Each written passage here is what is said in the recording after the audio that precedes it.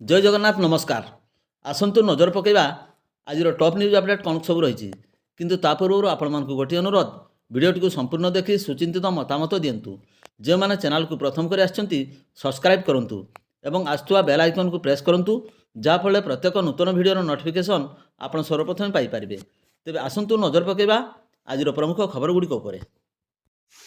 आज प्रथम खबर रायरंगपुर सहर सन्निकट दुबलाबड़ा ग्राम कुड़मी जाहिरा पड़िया 52तम टुसु मिलन महोत्सव महासमारोह पालन हो। शुक्रवार यही पड़िया टुसु मिलन उत्सव अनुष्ठित होता। पड़िया 3टी बड़ टुसु प्रतिमा और 5टी सारण टुसु प्रतिमा विभिन्न ग्राम कमिटी मान द्वारा अणा। आकर्षणीय टुसु देवी प्रतिमा, सुंदर आलोकसज्जा, पारंपरिक नृत्य दलों कार्यक्रम नहीं दुबलाबड़ा कुसुम पड़िया उत्सवमुखर हो उठा। झुमर नृत्य, कुड़माली संगीत, झील बहु युव पुरुष आकर्षणीय झुमर नृत्य समस्त देखणारी को बांधि रखिला। दुबलाबेड़ार जनकल्याण युवक संघ तरफ शांति श्रृंखला सह पालन पर समस्त व्यवस्था कराइथिला।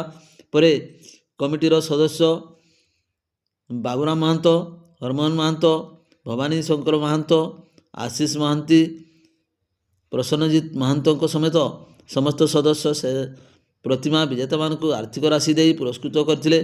बड़ टुसु प्रतिमा मध्य उदरसाही प्रथम, शिमिलीनाली द्वितीय, धलाडीही तृतीय पुरस्कृत कराइथिला। प्रथम सान टुसु प्रतिमा मध्य यथाक्रमे पांडरशिला, बड़पाखना, तिलपसी, काशीपुर एवं सानपाखनार को पुरस्कृत कराइछि।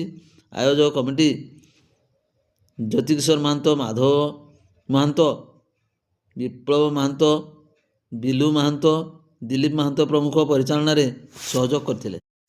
परवर्ती खबर बड़जामणी फांडी अधीन तथा मोरला ब्लॉक दुर्गापुर पंचायत अंतर्गत भालुकचुआ ग्राम में स्वर्गत जगा हांसदार पुओ खड़ हांसदा बयस 50 वर्ष को शुक्रवार असुस्थता परिवार लोक मैंने निकटस्थ किसान ताणी डाक्तखाना भर्ती करते हेले अवस्था संकटापन्न थिबारु तांको बारिपदा मुख्य डाक्तखाना को स्थानांतरित कराइथिला। सेठारे चिकित्साधीन अवस्था मृत्यु घटी। मृत्युर कारण अस्पष्ट रही। खबर पाई बड़जामणी फांडी अधिकारी एएसआई भावग्राही महंत डाक्तखाना पहुंची मृतदेह जबत करने सह एने एक अपमृत्यु मामला रुजु करथिले। शनिवार शव व्यच्छेद हेबा परे परिवार लोकों को हस्तांतरित कराइथिला। खाद्यर विषक्रिय जनित मृत्यु होई पारे बोली पुलिस प्राथमिक तदंतरु अनुमान कर। परवर्ती खबर बसिंगा थानाधीन रघुपुर ग्रामर जड़े आशाकर्मी ठाकुरतोटा रेल स्टेशन ओह्लाई निज स्वामी सहित घर को फेरुवा समय उक्त ग्रामर युवक प्रफुल्ल बेहरा पुओ राजेन्द्र बाइक अटकाइबा सहित तंटी चिपी हत्या उद्यम करथिबा नै लिखित अभियोग करछन्ति। गजेन्द्र को अटक रखी तदंत आरंभ कर पुलिस। एतलाय दर्शाई जे रघुपुर ग्रामर आशाकर्मी मधुसूदन राउलों स्त्री बीणापाणी शनिवार बारिपदार निज काम सारी ट्रेन में आसी ठाकुरतोटा स्टेशन ओह्लाइथिले। स्वामी सहित बाइक रे रघुपुर स्थित घर को आसुथिले। गाँ हाट निकट में गजेन्द्र तांको अटकाइथिले। परे बाइक रु चाबी खोली नहीं एवं बीणापाणी को तंटी चिपी धरी मारिदेवाकू उद्यम करने सहित अश्लील भाषा गाड़गुलज करथिले। बीणापाणी सेठारे दौड़ी पलाइबाकू चेष्टा करथिला समय गजेन्द्र तांको पिछा करी पुणी काबू कर नहीं तांको पिंधिथिबा साड़ी खोलिथिले। सेही साड़ी को बीणापाणी बेकरे गुड़ाई मारिदेवाकू चेष्टा करथिले। बीणापाणी को भणजा देवाशीष राउल से स्थान में पहुंची तांको उद्धार करने चेष्टा करथिला। तेबे गजेन्द्र रागरे देवाशीषर आंगुली को कामुड़ी तांको मध्य रक्ताक्त करथिला और घटनास्थल चंपट मारिथिला। तेबे बीणापाणी एने बैसिंगा थाना लिखित अभियोग करथिले। सब इन्स्पेक्टर शरद जेना 27-26 नंबर एक मामला रुजुपूर्वक तदंत आरंभ कर। परवर्ती खबर केन्दुझर आरक्षी अधीक्षक नितिन कुशलकर निर्देश क्रमे एवं आईआईसी जशकेतन भई नेतृत्व में एक स्वतंत्र टीम विषयी बासिंदा मृत्युंजय महापात्र घरे चढ़ाऊ करथिला। गोचारण को केन्द्र करी भोर सकाळ 6टा समय पुलिस तांको घरे चढ़ाऊ करथिला। चढ़ाऊ रे नगद 3,09,100 टंका एवं 35.700 ग्राम ओजनर सुना अलंकार, 95.60 ग्राम सुना अलंकार, एक्सयूवी ओ गोटे बुलेट गाड़ी को पुलिस जबत करछि। ओआईसी रतन भई एवं 3 सेक्शन पुलिस फोर्स चढ़ऊ सामिल होती। परवर्ती खबर तेलंगाना राज्य ରାଙ୍ଗାଲିଗୁଡ଼ା ଜିଲ୍ଲାର ହାଇଦ୍ରାବାଦ ବରଗୁଲା ଫାଟକ ନିକଟରେ ରେଳ ଧାରଣା ଉପରେ ମୟୂରଭଞ୍ଜ ଜିଲ୍ଲା ଝାରପୋଖରିଆ ଥାନା ଅନ୍ତର୍ଗତ ନିରାଣ୍ଡିହି ଗ୍ରାମର ଯୁବକ ଭୀମ ମୁର୍ମୁ ବୟସ 31 ବର୍ଷଙ୍କର ମୃତଦେହ ପଡ଼ିଥିବା ଦେଖିବାକୁ ମିଳିଥିଲା। ସେଠାରୁ 16 ତାରିଖ ପୂର୍ବାହ୍ନ 10ଟା ସମୟରେ ତାଙ୍କ ପରିବାରବର୍ଗଙ୍କୁ ଫୋନ୍ ଯୋଗେ ସୂଚନା ପ୍ରଦାନ କରାଯାଇଥିଲା। ମୃତକ ଭୀମ ମୁର୍ମୁ ରାଜ୍ୟ ବାହାରକୁ ହାଇଦ୍ରାବାଦ ଗୁରୁଗୁଲା ଗେଷ୍ଟାରେ ଥିବା ଭେଙ୍କଟେଶ୍ୱର ହାଚେରୀକୁ ଗତ 4 ମାସ ତଳେ କାର୍ଯ୍ୟ କରିବାକୁ ଯାଇଥିଲା। ଏହି ମୃତ୍ୟୁ ଖବର ପରେ ପରିବାରବର୍ଗଙ୍କ ସମେତ ଆଖପାଖ ଅଞ୍ଚଳରେ ଶୋକର ଛାୟା ଖେଳିଯାଇଛି। ଦରିଦ୍ର ସୀମାରେଖା ରହୁଥିବା ମୃତକଙ୍କ ପତ୍ନୀ ବବିତା ହାଁସଦା ଏବଂ 4 ମାସର ଶିଶୁକନ୍ୟା ଅସହାୟ ହୋଇପଡ଼ିଛନ୍ତି। ଏଣୁ ଏହି ସନ୍ଦେହଜନକ ମୃତ୍ୟୁ ସମ୍ପର୍କରେ ଉଚ୍ଚସ୍ତରୀୟ ତଦନ୍ତ କରାଯିବା, ମୃତ ଶରୀରକୁ ଯଥାଶୀଘ୍ର ପରିବାର ଲୋକଙ୍କ ପାଖକୁ ପହଞ୍ଚାଇବା ପାଇଁ ପଦକ୍ଷେପ ନିଆଯିବା ଏବଂ ମୃତକର ପରିବାରକୁ ଭରଣପୋଷଣ ପାଇଁ 10 ଲକ୍ଷ ଟଙ୍କା କ୍ଷତିପୂରଣ ଦିଆଯିବା ଆଦି ଦାବି ନେଇ ଆଦିବାସୀ ସେଙ୍ଗେଲ ଅଭିଯାନ ପ୍ରଦେଶ ପାରଗାନା ବାରିପଦା ଜୋନ୍ର ସଭାପତି ନାରାୟଣ ମୁର୍ମୁଙ୍କ ନେତୃତ୍ୱରେ ବାହାଦୁର ମୁର୍ମୁ, ଉଦୟନାଥ ହେମ୍ରମ, ନିରଞ୍ଜନ ହେମ୍ରମ ପ୍ରମୁଖ ଉପସ୍ଥିତ ଥିଲେ। ପରବର୍ତ୍ତୀ ଖବର, ଠାକୁରମୁଣ୍ଡା ଥାନା ଠାକୁରମୁଣ୍ଡା ଆନନ୍ଦପୁର ରାସ୍ତା କଡ଼ରେ ଥିବା ଗୋରୁ ବେପାରୀ ଘରେ କେନ୍ଦୁଝର ପୁଲିସ ପକ୍ଷରୁ ଚଢ଼ାଉ କରାଯାଇଛି। ବିଳମ୍ବିତ ରାତିରେ କେନ୍ଦୁଝର ପୁଲିସ ଦଳ ଠାକୁରମୁଣ୍ଡାରେ ବେଆଇନ ଭାବେ ଗୋରୁ ଚାଲାଣ କରୁଥିବା ଅଭିଯୋଗରେ ଏସ୍କେ ରବିନଙ୍କ ଘରକୁ ଭୋର ସମୟରେ ଘେରାବନ୍ଦୀ କରି ରଖିଥିଲେ।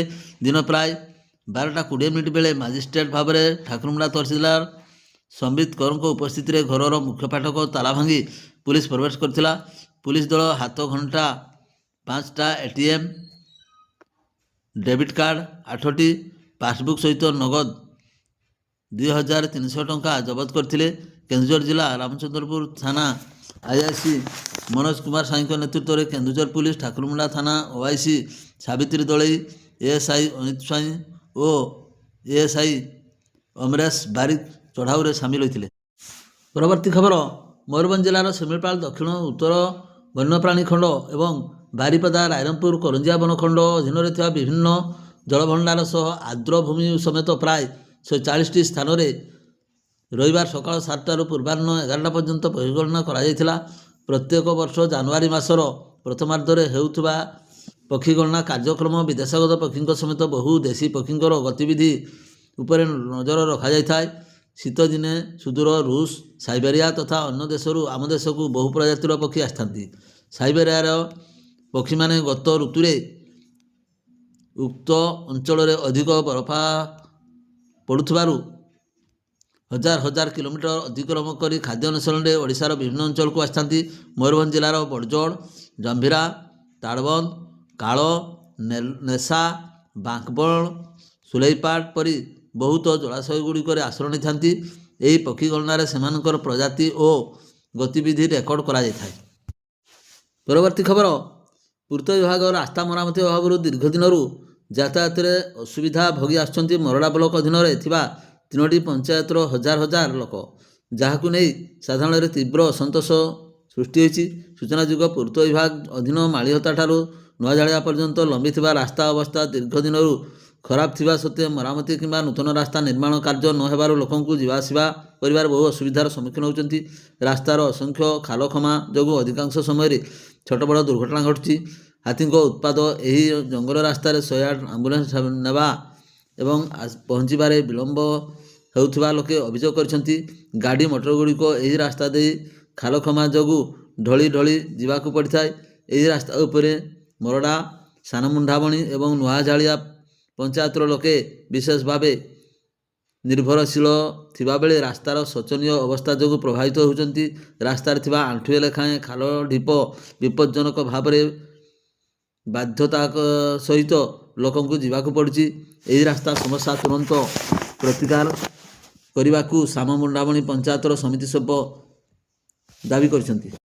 ଭିଡ଼ିଓଟିକୁ ଶେଷ ପର୍ଯ୍ୟନ୍ତ ଦେଖିଥିବାରୁ ଆପଣଙ୍କୁ ଅଶେଷ ଅଶେଷ ଧନ୍ୟବାଦ।